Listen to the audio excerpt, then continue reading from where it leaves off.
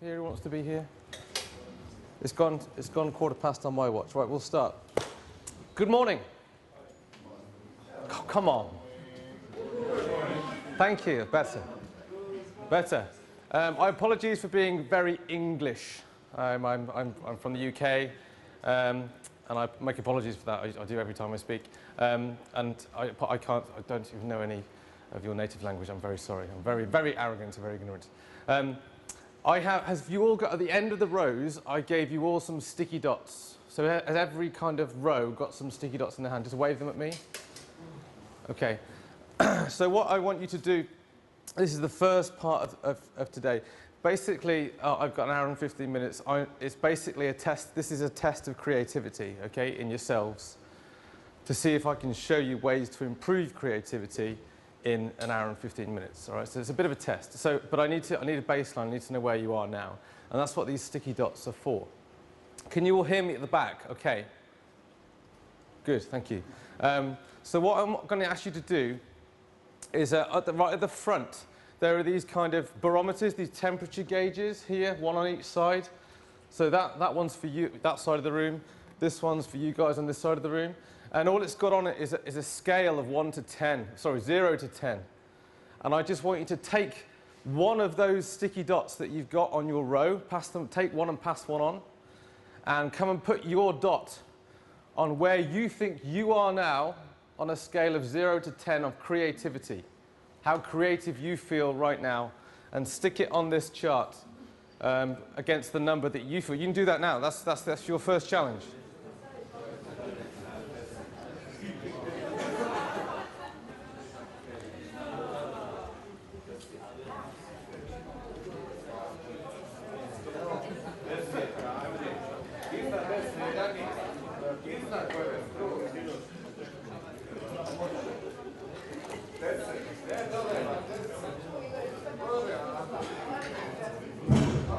Bang.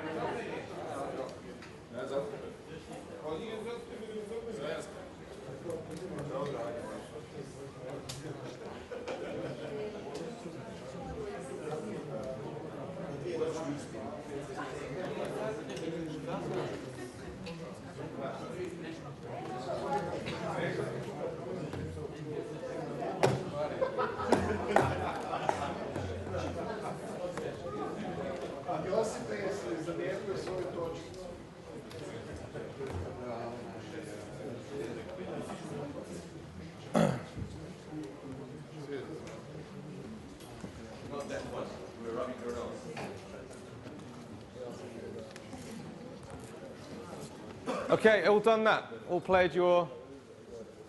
Put your dots down, yeah? There's a second thing. There are also going to be some envelopes coming out. These don't have money in them. Please don't assume that they're full of money, because they're not.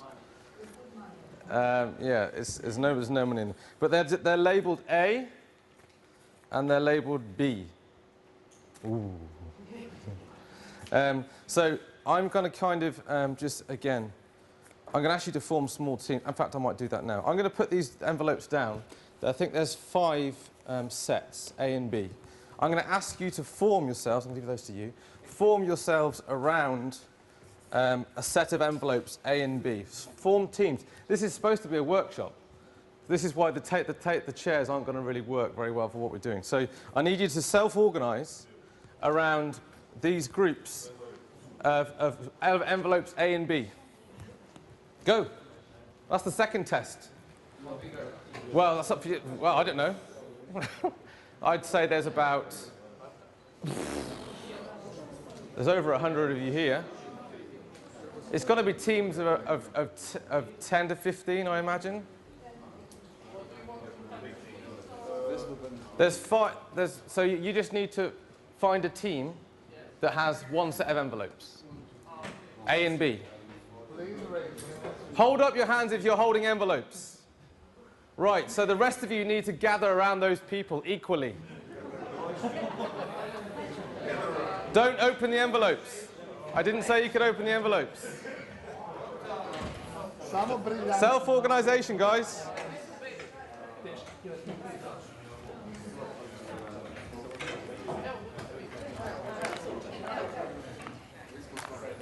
I'm going to give you a pen. If you're holding envelopes, I'll give you a pen. You're a team. I'm going to give you a pen. Who's got the envelopes? There you go. Got some more there. Anyone else got envelopes?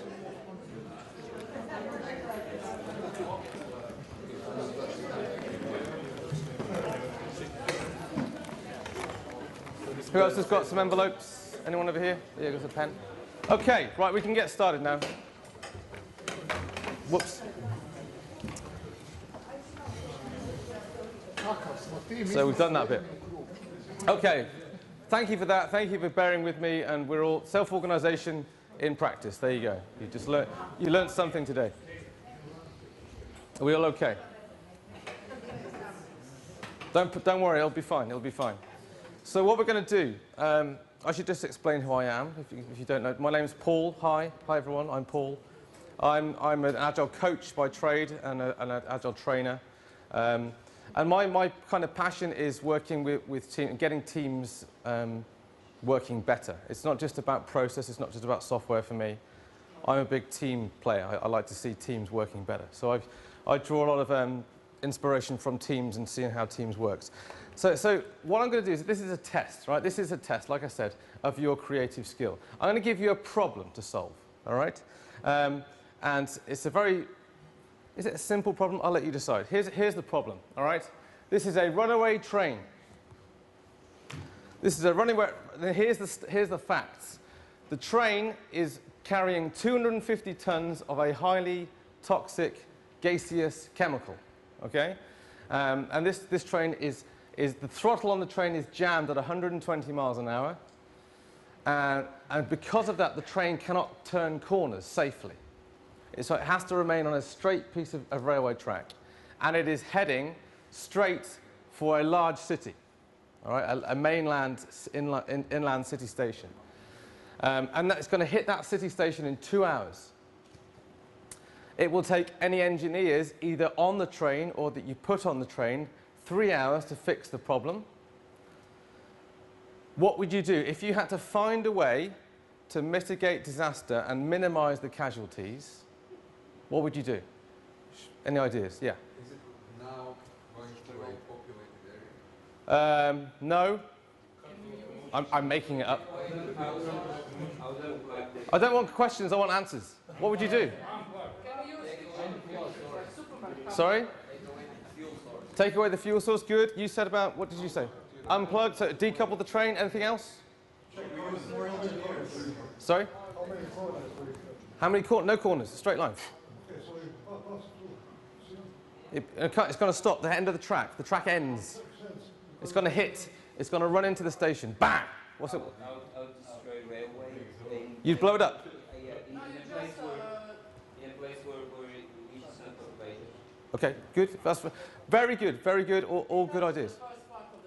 Yes, that was the same idea here. Decouple the train. Good. That's generally, most people come up with things around taking the fuel away or decoupling the train. Perfect. Adequate solution. But there's a but coming. Very good. So what I did was I put you under some pressure there to give me some answers. And when you ask a team to do that, they will normally think fast about the easiest first and the first thing to do, right? They won't explore a lot of it. We're starting to explore some then. But usually teams will pick the simplest, easiest, and they'll latch onto it, right? Because in a problem-solving scenario, we want an answer quickly, and therefore we take the first answer we get, usually. So what I'm going to do is I'm going to test a few theories now. I'm going to throw a few different things out there to see how creative you can actually be. There's some great quotes here from, anyone recognize this man? Charlie Chaplin. That is absolutely, it is Charlie Chaplin, well done. And Albert Einstein once famously said, there's two great quotes, and I love them both equally. He said, the significant problems that we have cannot be solved at the same level of thinking with which we created them, all right? Great, it's this idea of you've got to try and look on a different level, look further than just one dimension about the problem before you decide how to solve it. And the other quote that he had, which I thought was even better, if at first the idea is not absurd, then there is no hope for it. All right? he's suggesting that the first idea should be a little bit wild, a little bit crazy, and then it will help you start thinking a little bit about how to actually solve it properly. Two really good, and two things that I'm going to actually test out now. And this whole practice, what I'm suggesting here, was a blog that I read probably 12 months ago now by Steve Andreas, who's an NLP practitioner. He wrote a blog on NLP. Heard of NLP? Neuro-linguistic programming? Okay, how the brain kind of works. And he's suggesting that he calls this reframing. And he says that if you can encourage the brain to reframe the idea, you will actually start to be more creative. Trying to put the brain into a different, more abstract scenario helps you expand your thinking before you actually decide what to do. A great theory. Anyone recognize this man? He's a basketball coach. What his name is? Phil Jackson. And he famously coached the Chicago Bulls in the 90s and more recently the LA Lakers, now retired. I'm actually reading his book at the moment. It's a very good read. But I took a lot of inspiration from this man. In terms of the NBA, in terms of NBA basketball, he was a bit different. He broke the mold. He suggested things that teams do which were kind of weird.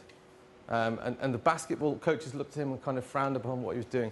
One of the things that he would do, and this is a genuine coaching technique from Phil Jackson that he used in the Bulls and the Lakers, he would sit the team down and play them a video, either from a recent film or an old film, or maybe an advert from the television, or just a kind of a snippet from a particular movie or a television program, and he would ask the team to reflect. And this is a form of reframing, like I just mentioned. This expands your creative thinking. He was trying to test the player's theory on how they can solve their situation by showing them something different and how that applies to them. So I'm going to test this now, all right? Because I've got a video clip for you.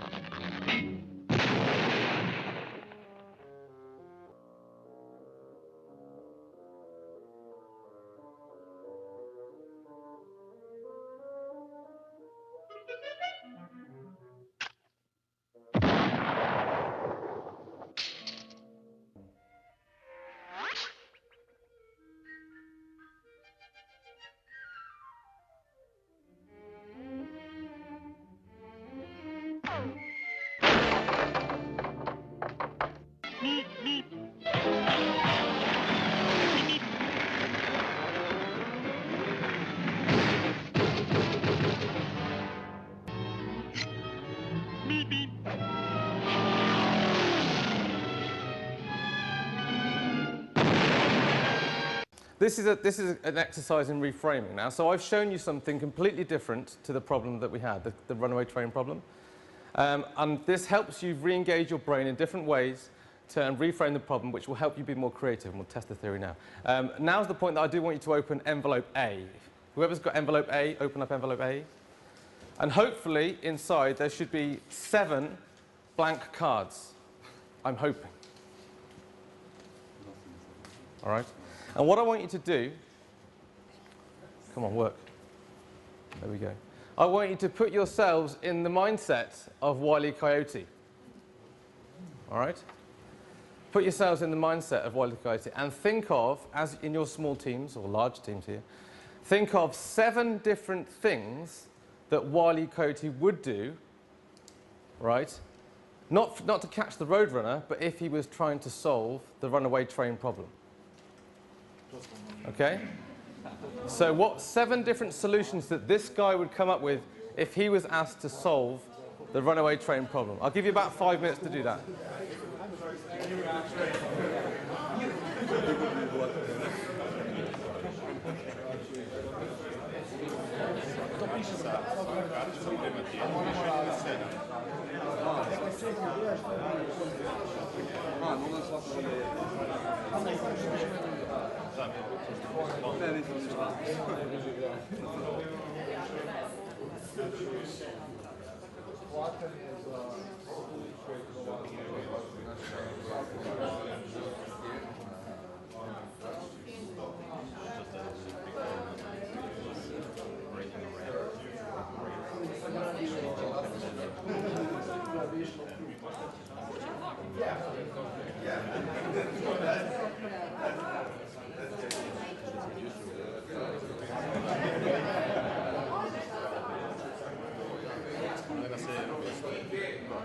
Sorry?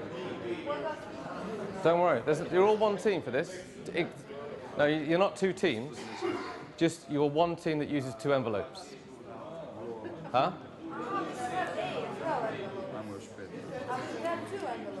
Yes. There's A and B. Hold up? Who's holding an envelope A? Who opened envelope A? Okay, don't worry. Just carry on as you are. I'll give you some more cards. They've only got cards in them. Don't worry about that. As long as you've got 7 cards, just try and come up with seven solutions.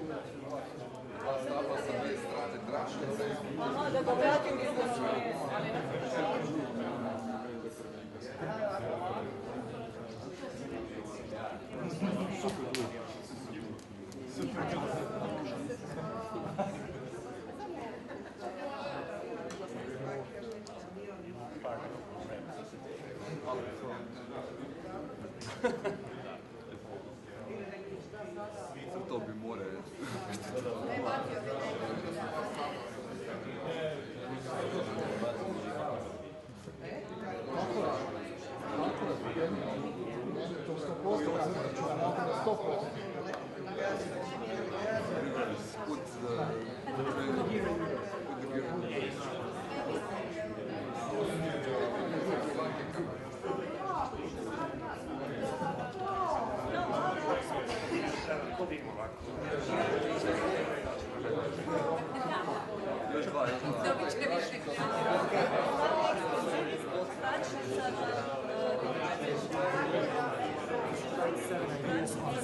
Yes.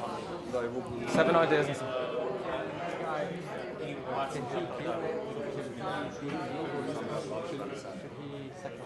You can do if you think that's what he would do, then that's fine.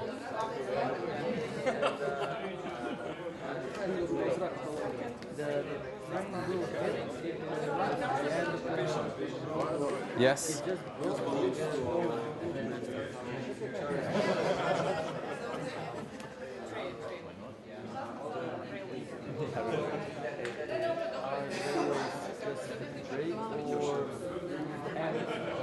It's the end. Yeah, it's the end of the line. No. Well, you could. Don't think there's no wrong answers now. Even if they're impossible, you think that in a cartoon, impossible things happen. So it could be an impossible solution. Write it down. Yeah.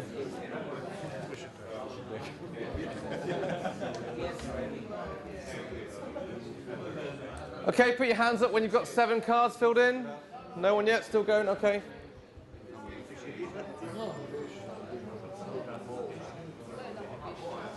Seven cards, 7 different solutions. You got 7? Good. You got 7? Still going? 6? A rubber band? Yeah. Rubber band. Or elastic band? Or slingshot? Slingshot.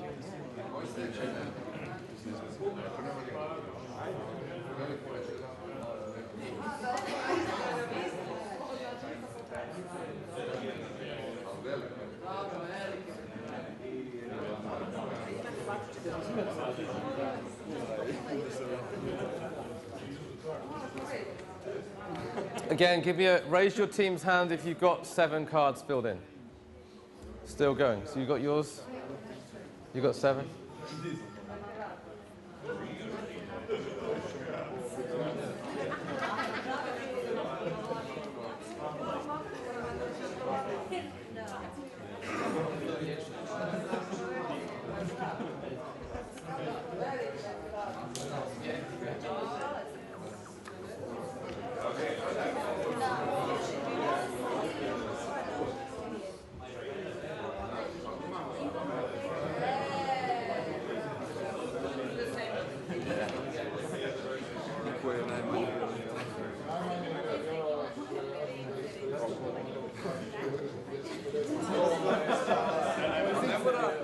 Seven? More than 7. Wow. The 7? We are quite a big team. Yeah, that's fine. We've got 7 yet.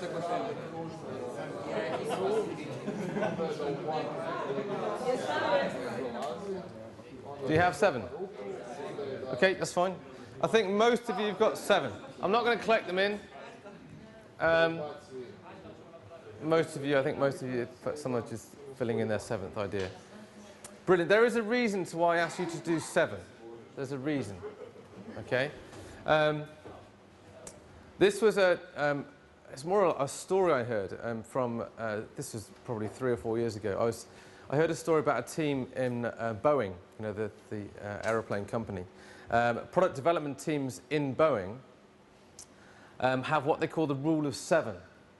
So given any problem that any of those production teams have to solve, before they decide how they're going to solve it, they have to come up with 7 different ideas. And there's a general pattern as to what tended to happen. Ideas 1, 2, and 3 are very sensible, very simple, very straightforward, very obvious. Ideas 4, 5, and 6 took a little bit longer to imagine. And they're a little bit harder, a little bit more strange, require a little bit more, a different level of thinking.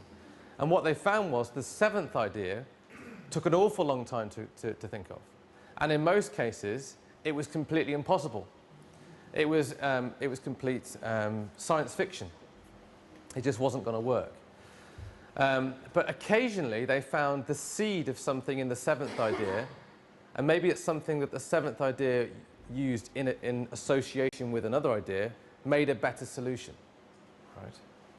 So sometimes even the crazy things will help create something that's actually... Can I just ask you, can any of you remember what your 7th idea was? If you got it written down on the card, what was your 7th idea? The last idea that you came up with. What was it? Oh, the team at the back. Shout it out. Freeze the tree. Freeze it. Okay, good. But so that's a good. So freezing. Have we not thought about freezing something? We might be able to freeze the fuel pipes. You see how something, it sounds silly, but there might be something which we could actually freeze fairly easily that might have a slowing down effect on the train. Good. What was your idea, your 7th idea? We have almost the best idea is to use balloons to lift up. Ah. So kind of helium balloons to lift the train off the track.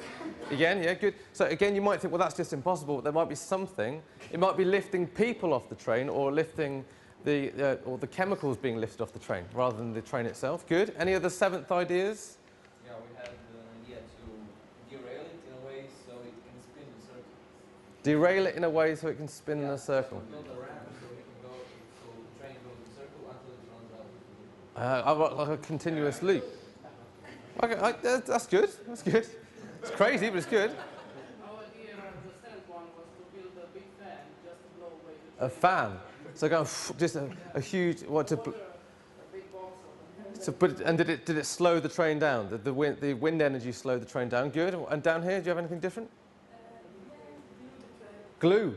Brilliant. It's not too long before, when you're thinking about cartoons, the big pot of Acme glue, you know, on the tracks and the train. But seriously, there's ways that you might think. So some kind of sticky something on the track, or something sticking on the train, might slow the gears of the train down, something like that.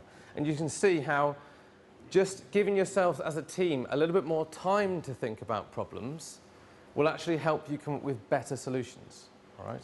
And this is a genuine technique that I've used in a lot of the Agile teams that I've worked with to help them expand their thinking rather than just constantly latching onto the first thing that they think of. I'm going to go back to the Phil Jackson idea. I'm going to show you a different video. Again, I'm now reframing your brains into something else.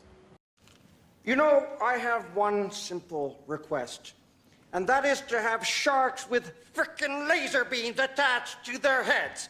Now, evidently, my cycloptic colleague informs me that that can't be done. Can you remind me what I pay you people for? Honestly, throw me a bone here. What do we have? Sea bass. Right. They are mutated sea bass. Really? Are they ill-tempered? Absolutely. Well, that's a start. What I want you to do now is I want you to deliberately think, not now how you'd solve the problem, but how you would guarantee disaster, right? This is a madman, right? This is a villainous character from a movie. He would be doing everything he could to try and ensure maximum disaster and maximizing the casualties, all right? So this is where now, if you've got envelope B, have you still got an envelope B open or unopened? Inside envelope B are just 7 more cards, hopefully. If you need some more cards, let me know. Who needs more cards? So just open a new envelope. And now I want you to think of 7 different things that Dr. Evil would do, right? And Dr. Evil would be trying to ensure maximize disaster. So this is almost thinking of 7 anti-solutions. Have a go for 5 minutes.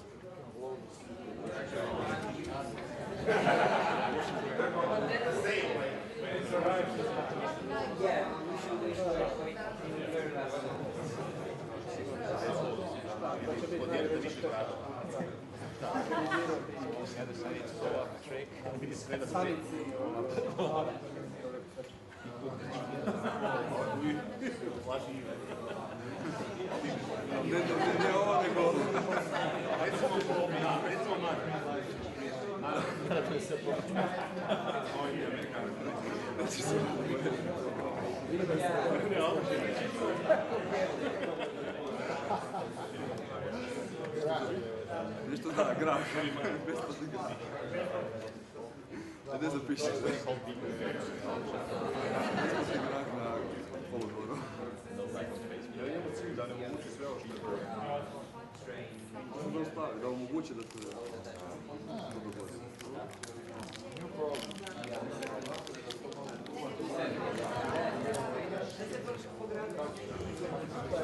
Ja sam pisao ovaj grah.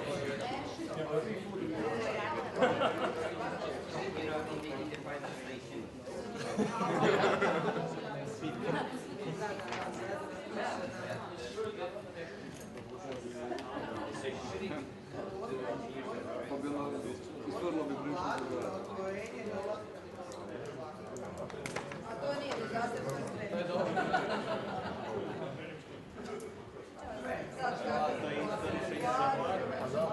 stavio lasere na vlak. Motion.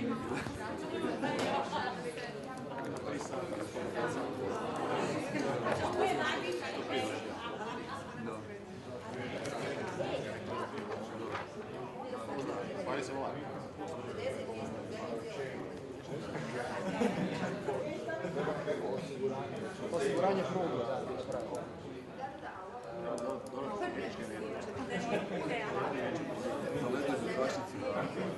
So this is not, remember, this is not how a solution. This would be a way that you're ensuring. He would try and speed up the disaster. What would he do? Yeah, he would. He would speed up the train, right? So these are things you want to try and write down. 7 different ideas as to what Dr. Evil would do. How are you doing? Okay?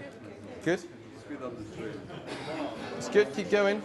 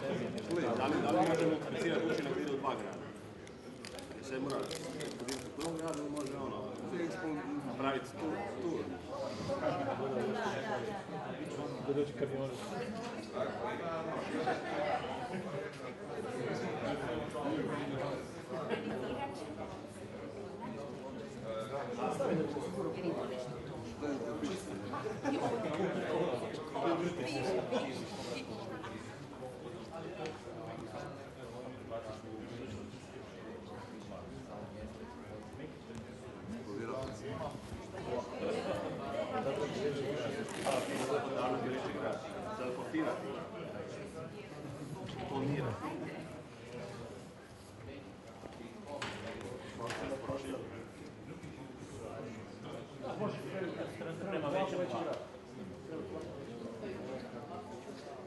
7? Struggling? Got 7 ideas yet? 7 ideas? Almost 7? Good, keep going.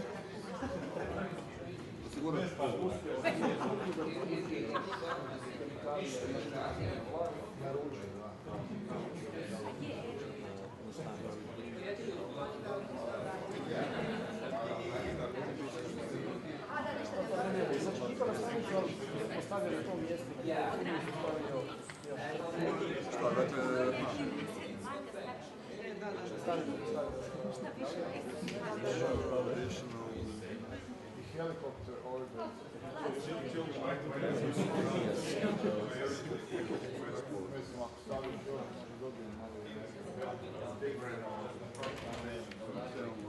Train flies into the city. It makes more than.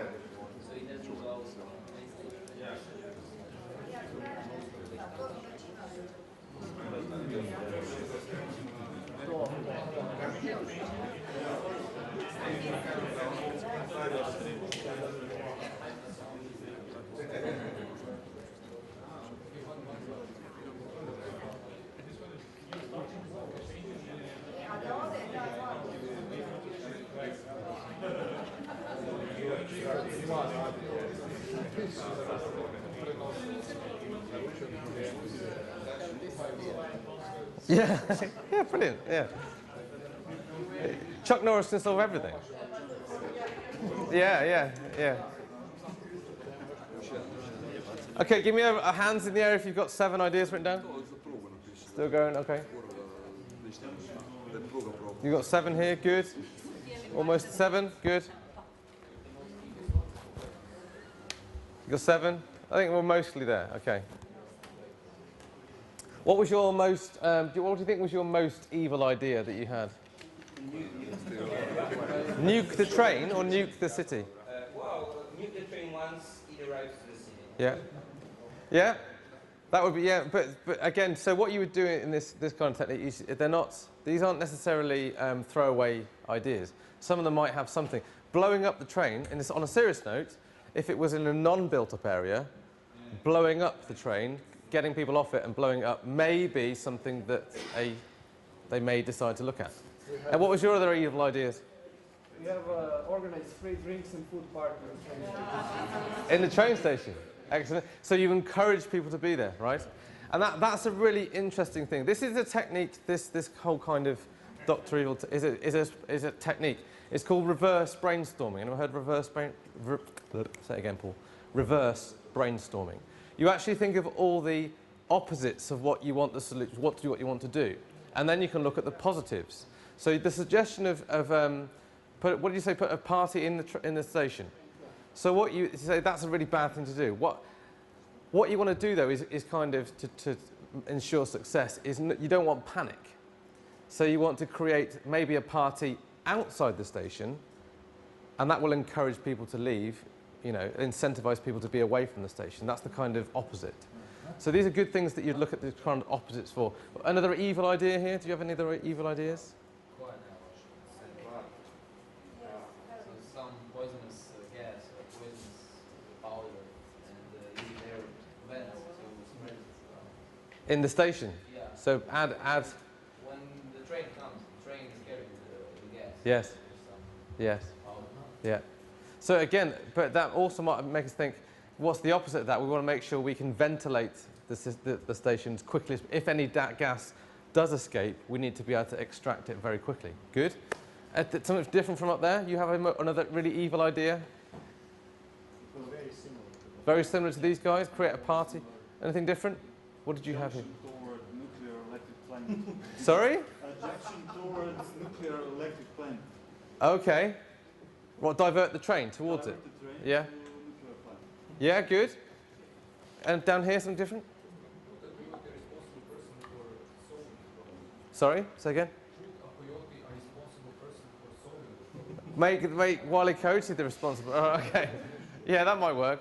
That might work. Yeah, we'll certainly guarantee disaster, that's for sure. So that's good. Thank you for that. That's you know, it's a great way to try and explore different ideas. And so, I should ask you, which did you find easiest to do, Wile E. Coyote or Dr. Evil? Coyote, you found the Coyote easiest? Interesting.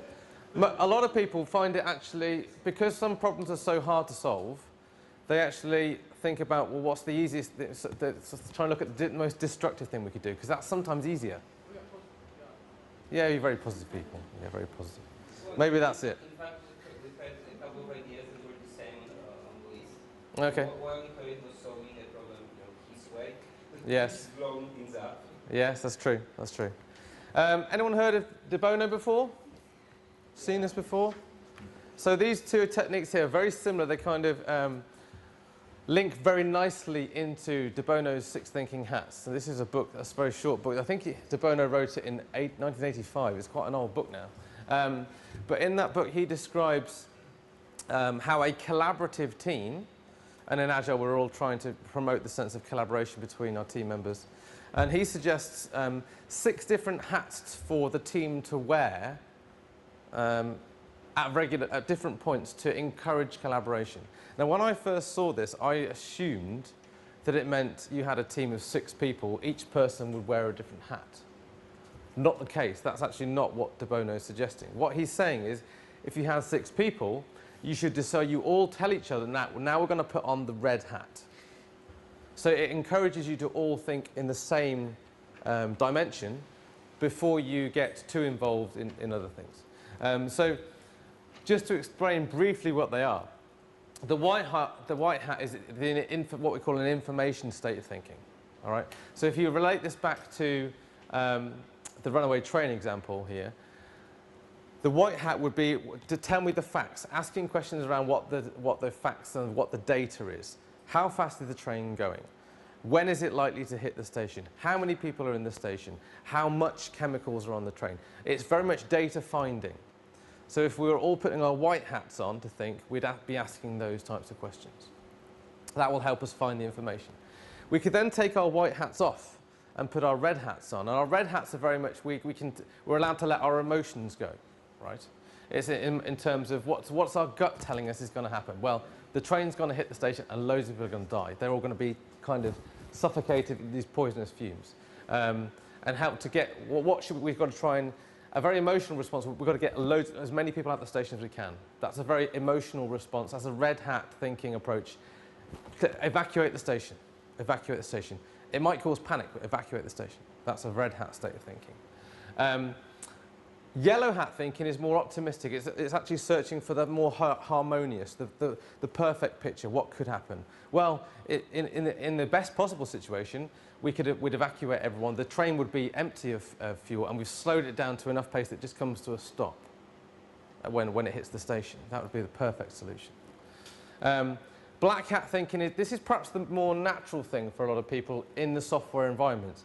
A black hat thinking is very cautious, very conservative, almost looking at all the possible things that could go wrong.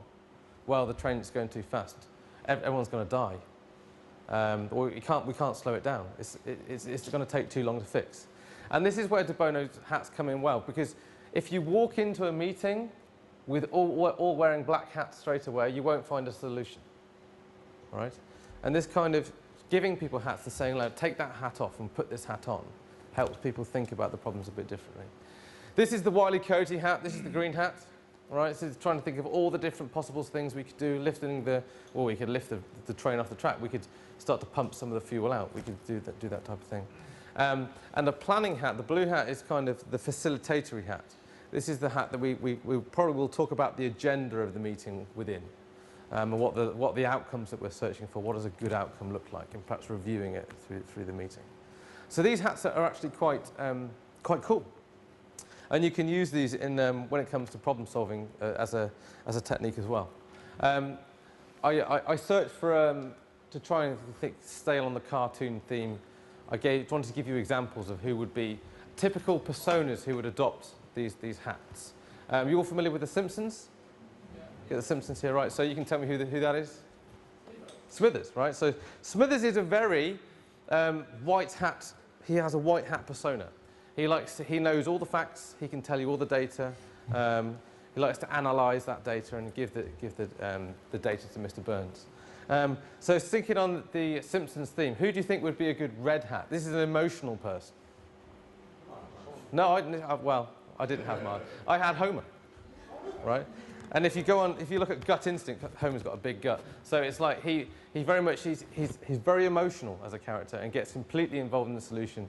And he gives very much, puts his ideas out there. This is my opinion, very much my opinion. Yellow hat thinking I had was Flanders, isn't it? Is that right? Flanders? Yeah. And he's always, everything's always rosy, isn't it? In his garden, everything's always perfect. Black hat thinking, this is Lisa. So Lisa is a little bit wary of trying things out. She's a little bit cautious. She analyses things quite a lot. Who would be the green hat? Who? Bart, yeah. Who said Bart? Someone said Bart. He's creative, right? He's quite naughty, but he thinks there's lots of different ways to get around situations and problems. And I had Marge as the blue hat. She's kind of the planning. She literally she has got a blue hat on. And she kind of brings that family together. She wears the kind of facilitator hat in the family.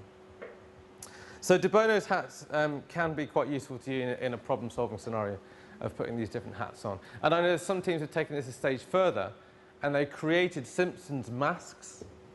So in a meeting, they would actually, when they were trying then when they found that they were not making progress, they would put a mask on, like a Homer Simpson mask, and ask each other questions to help them think, to think in that frame of mind. It's very cool. So how long we got? Half an hour. I'm going to slightly change around how I'm going to do the second part. Slightly different. You're not going to be working in large groups anymore.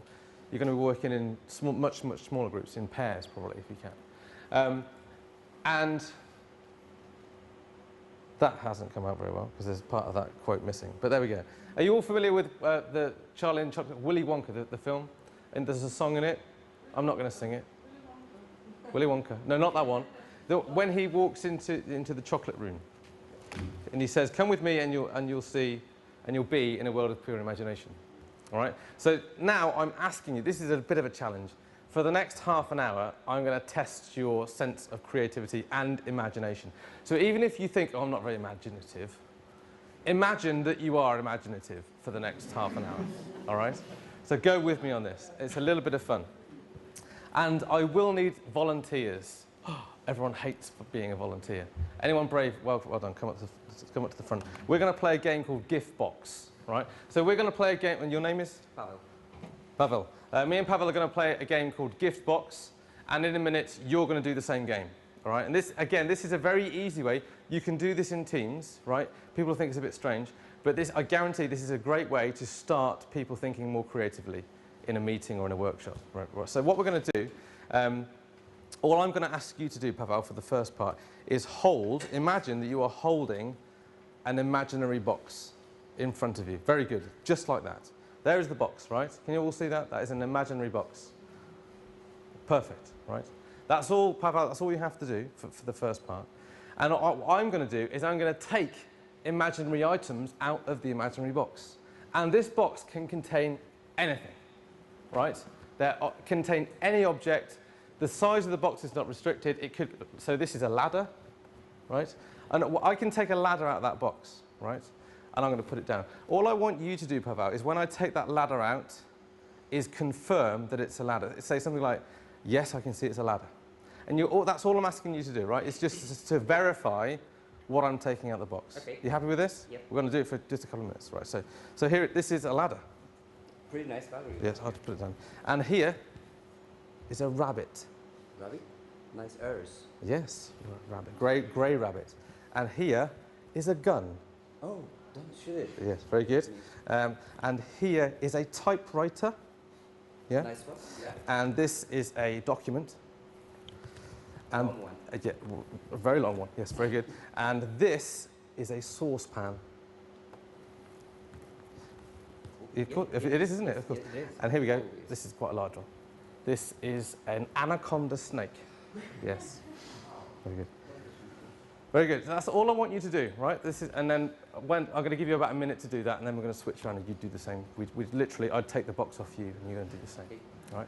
So this is a bit of a challenge. This is called Gift Box, and it's a way to start. You'll be surprised at how creative you can become. So you can put the box down now. Thank you. Very good. Round of applause for Pavel. Well done, Pavel. So all I want you to do is, if best you can, find a partner. Try and pick someone that maybe you haven't spoken to before at the conference. Find a partner and do 1 minute, 60 seconds of the gift box. Somebody hold the gift box, and I will give you a shout when I want you to pass the gift box to the opposite person. Have a go. And it's easier if you stand up. It's more natural if you stand up.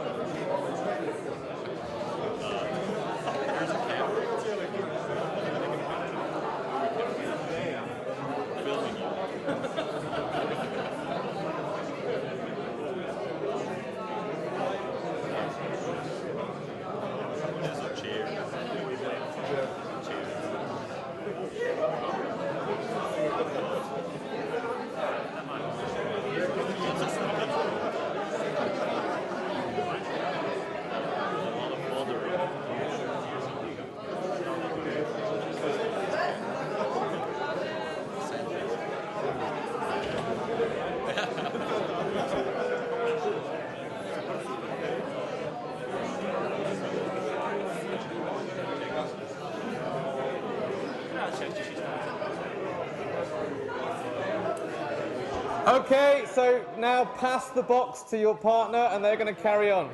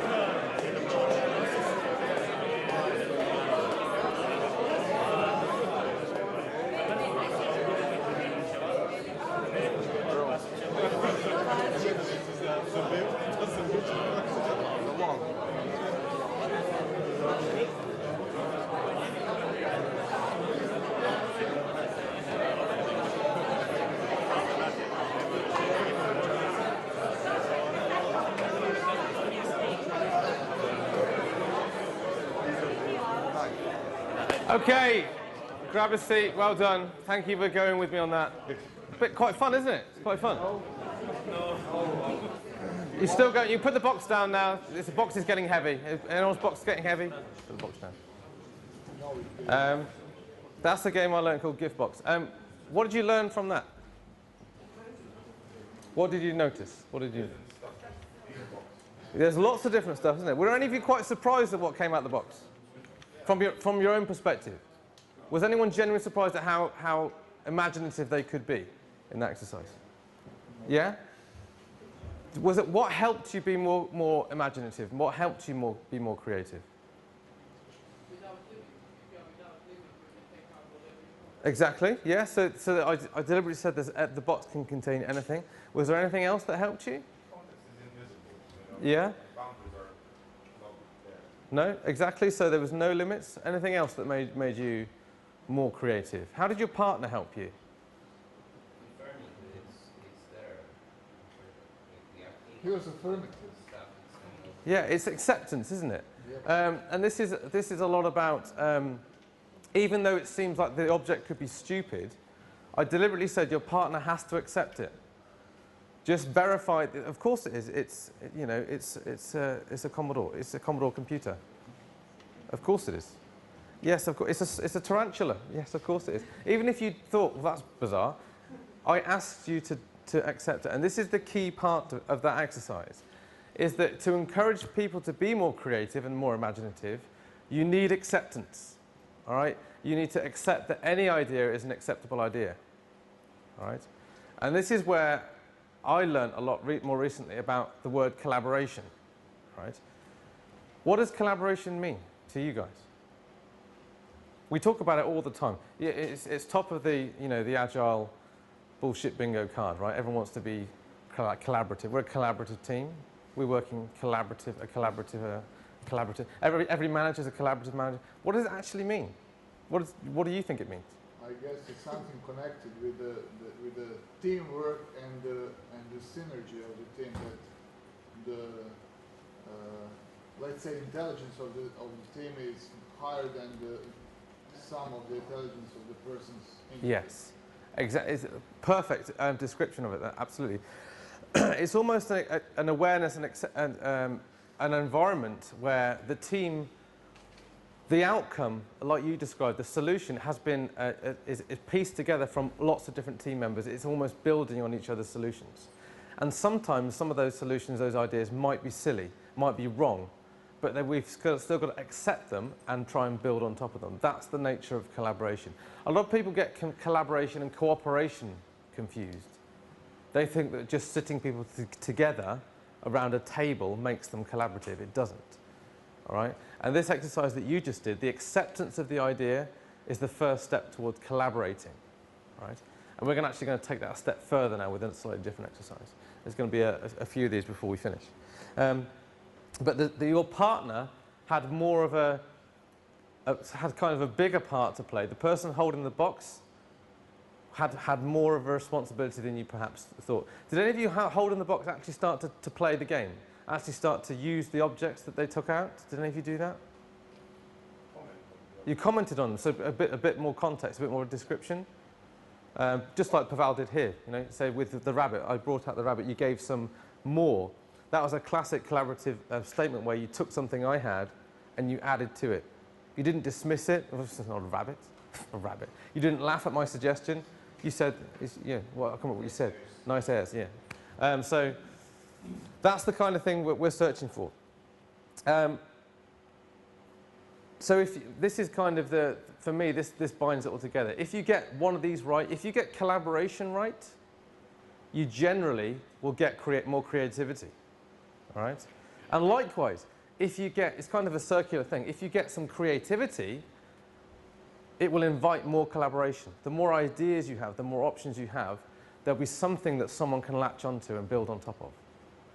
So it's kind of an endless spiral of success here. If you get one thing right and it brings the other, and keep working on the other thing, it will start to bring more collaboration as well. So I've just got sort of 10, 15 minutes left. I'm not going to take too much more of your time. Anyone been to somewhere called the Comedy Store? Anyone heard of the Comedy Store in London? And who's been to London? Hands up.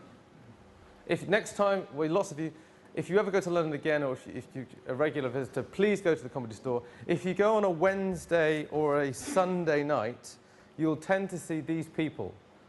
I don't expect you to recognize. You might recognize this man. Do you know who that is? Who's this? Who's this? That's Austin Powers. That's Mike Myers. He founded. He doesn't. He's not there anymore. But he founded this group called the Comedy Store Players, and they're an improvisation team, and they play in the London Comedy Store twice a week, Wednesdays and Sundays. And I kind of just, it was one evening and I kind of just stumbled across them and I went to watch one of their performances and I learnt so much more about collaboration in 2 hours of watching these guys than I had in 2 years of working with Agile teams, or 200 books that I'd read. I got so much more. And I started to take notes and I've read a lot more about improvisation and I've reconstructed some of their games that they play into things that teams can actually much more identify with. And you've got to be careful, right? Because software people don't really like acting. You don't want to be seen, well, I'm not an actor. But there's some fairly simple or subtle techniques, like that gift box idea that you did then, which can seem a bit silly, a bit fun, but can actually promote the sense of collaboration and creativity. So I went on a workshop with these guys and I stole some of their ideas. Neil Malarkey, who ran the workshop for me, he describes something called an offer. And he says, if you get the offer right, the offer is the basic unit of scope, or the unit of currency, he called it, for collaboration. I'm going to describe to you what an offer looks like now. So what I need you to do, I need another volunteer. Thank you, Pavel, for doing the first one. Anyone, a different volunteer? Well done. Round of applause tonight. And your name is? Wolfgang from Austria. Welcome, Wolfgang. So me and Wolfgang are going to do a very, very simple exercise and we're just going to demonstrate what this thing called an offer is. And how we're going to do it, I'm going to give you an offer through, and we're just going to mime. It's a mime, you don't have to speak, it's just miming an exercise. I'm going to mime an object, all right? And what then you have to do, I will step away from the object, and you then have to interact with the object in such a way and this is basically that you understand what I've done. I've given you an offer, and you understand my offer. Make sense? So here we go. So you guys can judge. And if we agree, we shake hands at the end to make sure we're both the same way then. Here we go. Ready? Okay. I'm going to walk away.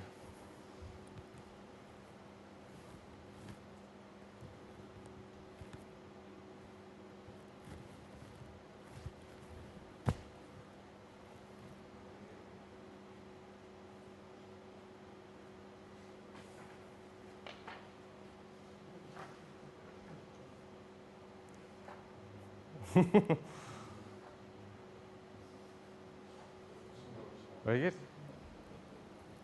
I think we both understand. Very good. Well done, Wolfgang. Thank you. Very easy. So no words were exchanged, but it's quite obvious that, well, hopefully it was also to me and Wolfgang. What was the object? And what did Wolfgang do with my window? He cleaned it. It looked like something very, very dubious stuck to the window. We won't go into what it was, Wolfgang. Whatever it was is in your own head. That's fine. You don't clean the windows, right? So very simple. So I gave the offer, and the offer that was then accepted, and that's the collaborative part, right? Yes, I accept it's a window, and here's what I'm going to do with the window. What else could Wolfgang have done with the window other than clean it? What else could he have done? Break it. See the destructive nature of people comes out there? We could have people want to put their fist through it or, put the knee through it. What else could you have done with the window? Just reopened it. Anything else? Climbed out of it? Just knock on it? Yeah, there's lots of things you could do. For some people who confuse the offer, think sometimes, I've done this before, and people think that I'm lifting the trunk of a car. Why you would peer into a car like that? Some people think it's like a treasure chest that I'm opening. So it's about, even if they misunderstand, you've been able to accept it and move on with it, all right? So again, I'm now going to ask you, with your partners that you just did this with, mime an object. Step away from the object, ask the other person to interact with it, and if you agree, if it was the same object, shake hands, you're done. Have a go, 2 minutes, quickly. Don't pick a window, do something else.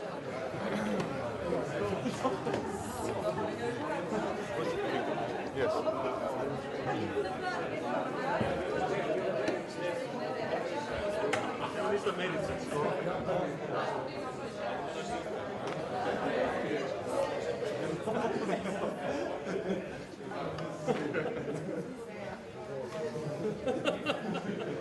If you've done one, swap around so the other person can start one off.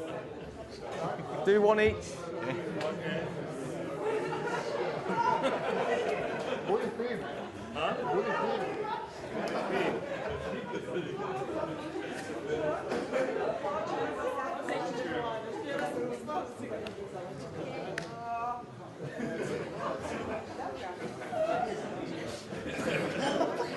If you're done, you can sit down.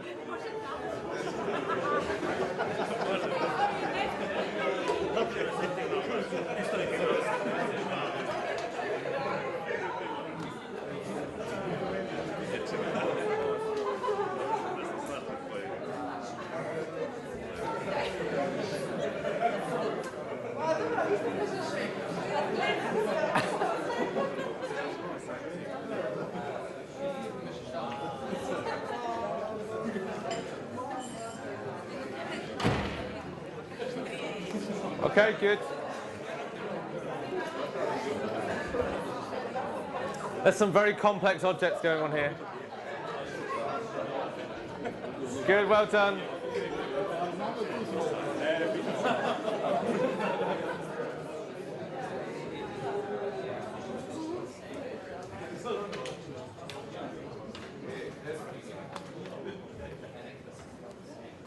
Still going.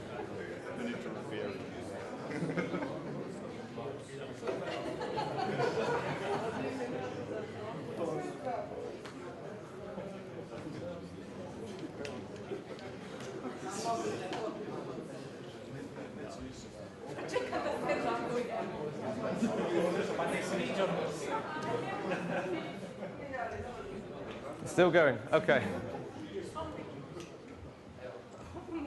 It's a drink, having a drink, trying to work it out.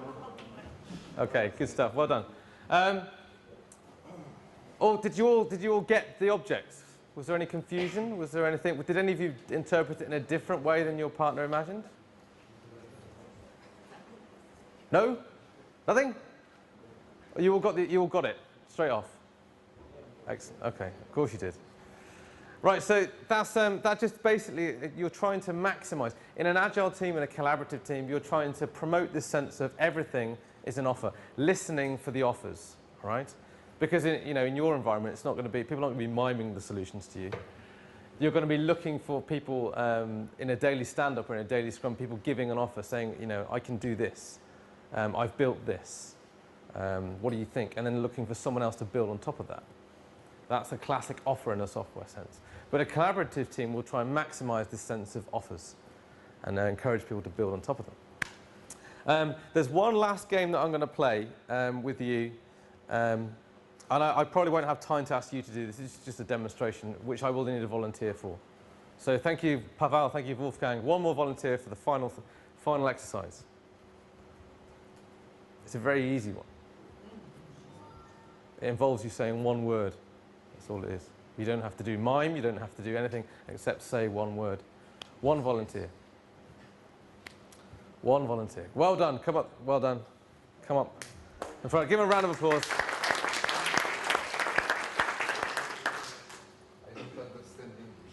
That's fine. That will probably work better in this case, actually. So this is a game called Delight. And I'll explain how this is going to work. So what's your name, sorry? Marin. Marin. Let's just make it Marin. So I'll try and speak slowly to make sure this works okay. So how this is going to work is me and Marin are going to tell a story. Well, actually, I'm going to tell the story. But we both own the story. Okay. And it's about something that we did together. Okay? The only way that you can interact with the story is by saying the word no. Okay. All right? So if you don't like where I'm going with the story, you interject with no. Okay. And I will try and take it on a different path. You got it? Yes. Happy? No. Very good. Very good. Very good. So this is a story about the time me and Marin went on holiday together. No. We didn't go on holiday. We went to a conference together, and it was a conference in Berlin. And it was great because we'd never been to Germany before. No. We'd been to Germany many times. We'd seen Germany. We loved the culture and the beer. We loved the beer drinking yes, we loved the beer drinking. We had lots of beer to drink. In fact, that first night that we were there, we had an awful lot to drink. I had at least 6. No. Well, I had at least 8 bottles of beer, and I was very hungover in the morning. And there was a really interesting speaker there who was talking about gardening. He wasn't talking about gardening at all, because that would be silly at an Agile conference. He was talking about user stories. And he was very good. And he described a user story where he was building a project for a software team in a bank. And the bank was developing a new piece of software. It was all very interesting. And something really funny happened at lunch. It didn't happen. No, it was a very boring conference actually. Nothing funny happened at all. We left early, in fact. We left early because it was really not worth the money. So we decided to go out for a drive in the evening, and we stumbled. We went on the bus. We went out on the bus, and we did a tour of the city, and it was beautiful. And the moral of the story is, make sure you pay good money to go to a good conference. That's the moral. So well done, Marion. Well done. Good round of applause. That's a game called Delight. I'll ask you on an observation. This is kind of, again, a reframing thing. I showed you something there. Imagine that was kind of a video clip. What did you see, and what did you learn from it? What did you see? Tell me literally, what did you see going on? Sorry? Two comedians. Oh, there you go, Marion. We're in the wrong business. We should be on the stage. What did you see? What was going on? Okay. How was he helping? Was he helping? He was showing me direction. So, was he? But was he showing me direction? No. No, very good. Who was the responsibility on? Me. So even I told Marion that even though we both owned the story, he could only interact by saying one word, which can be conceived as something very negative, something very abrupt, something very finite. But then I had to find an alternative. All right, so this actually shows you two different things here. You know, I talked about offers. I was throwing many offers at Marion there. Would you agree, Marion? Did I give you lots of offers? And occasionally, Marion would get an offer that he didn't like, and he'd give me what was known as a block. And the word no is a block, because it doesn't give me anything to build on. It doesn't give me anything.